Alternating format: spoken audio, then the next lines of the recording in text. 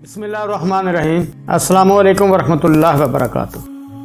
आसान इलाज आपकी खिदमत में बहुत मौसर अंदाज में मुख्तलिफ नुस्ख़ाजात पेश करता है। उम्मीद है कि आप इंशाअल्लाह इससे बहुत मुस्तफ़ीद होते होंगे। तो आज का नुस्ख़ा इसी सिलसिले की एक कड़ी है कि बहुत से लोग ये चाहते हैं कि मेंस पावर के लिए एक बहुत अच्छी चीज़ हो। ये नुस्ख़ा इतना बेहतरीन और परफेक्ट है और आसान भी है, सस्ता भी है कि जब इस्तेमाल करें तो पता फिर ही चलता है। तो मैं सबसे पहले आपको नुस्खे के अज्जा, उसके बनाने का तरीका, फिर बाद में खाने का तरीका और इसके फ़वाइद बताऊंगा। क्योंकि इसमें बहुत से जैसे कहते हैं ना, हर चीज़ एक ही चीज़ में जमा हो जाए तो इसमें वही हर चीज़ इसी एक नुस्खे में जमा है। आपने करना क्या कि लेने तो हम कौन से ले लें। आप उन्हें दूध में आप भिगो दें रात को, सुबह उनका मलकल छिलका उतार लें और जो मगज़ हैं उनको अच्छी तरह कूट लें और कूटने के बाद छलनी से छान लें और धूप में रख दें ताकि वो खुश्क हो जाए। क्योंकि इसमें अगर नमी रही तो तमाम नुस्खा जो है फंगस ज़्यादा हो जाएगा, उसमें फंगस लग जाएगी। इसके बाद आप इसे महफूज कर लें। दूसरे नंबर पे आपने जौहर कस या बज़ आपने ख़ुद तैयार करना है। किसी बकरे के टेस्टिस आप ले लें, उन्हें पानी में हल्का सा उबाल लें, ऊपर से कट लगाएं, उसकी झिल्ली उतार दें। बाकी जो अंदर का गूदा वो लेके जितना गूदा हो उतनी चीनी उसमें मिलाकर अच्छी तरह मलें ताकि वो लिक्विड शक्ल तैयार कर लें। छलनी से छान लें और फिर उसको भाप पे आपने खुश्क करना है। डायरेक्ट आग पे नहीं रखना, वरना सारा काम, सारी मेहनत ज़ाया हो जाएगी। एक बर्तन लें, उसमें पानी डालें, उसके ऊपर एक और बर्तन, उसमें वो लिक्विड डाल दें। पीछे आग जलाएंगे तो आहिस्ता आहिस्ता भाप से वो खुश्क हो जाएगा।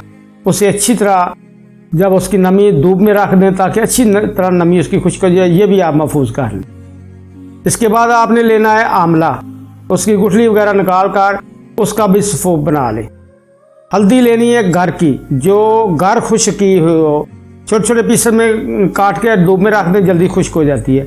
वो भी आप पीस कर कूट कर महफूज कर लें। ये चारों चीज़ें आपने हम वज़न ले लेनी है।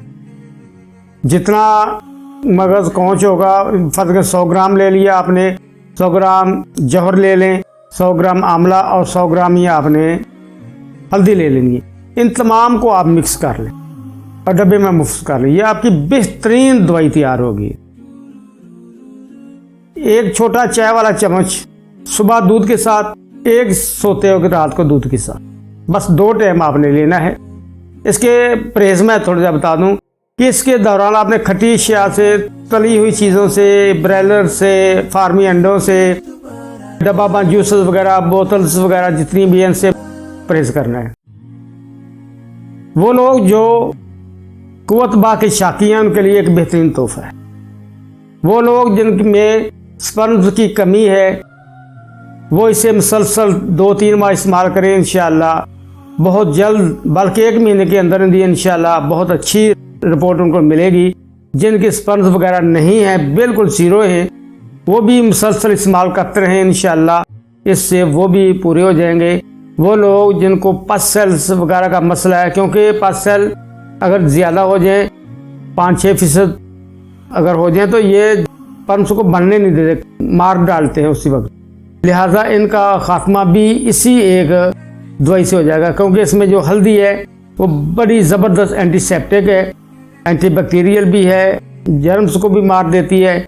दूसरी चीज़ें का अपना जो मगज़ कौच है वो बहुत ज़्यादा मुकवी है।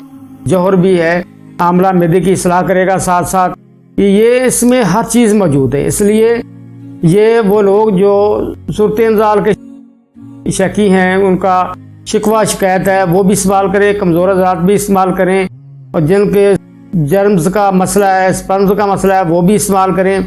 पस सेल को भी ये मुकम्मल तौर पे ख़त्म कर देता है।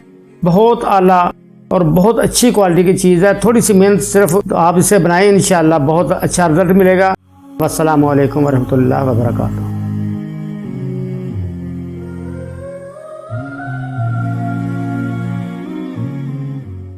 वनुनज़्ज़िलु मिनल क़ुरआनि मा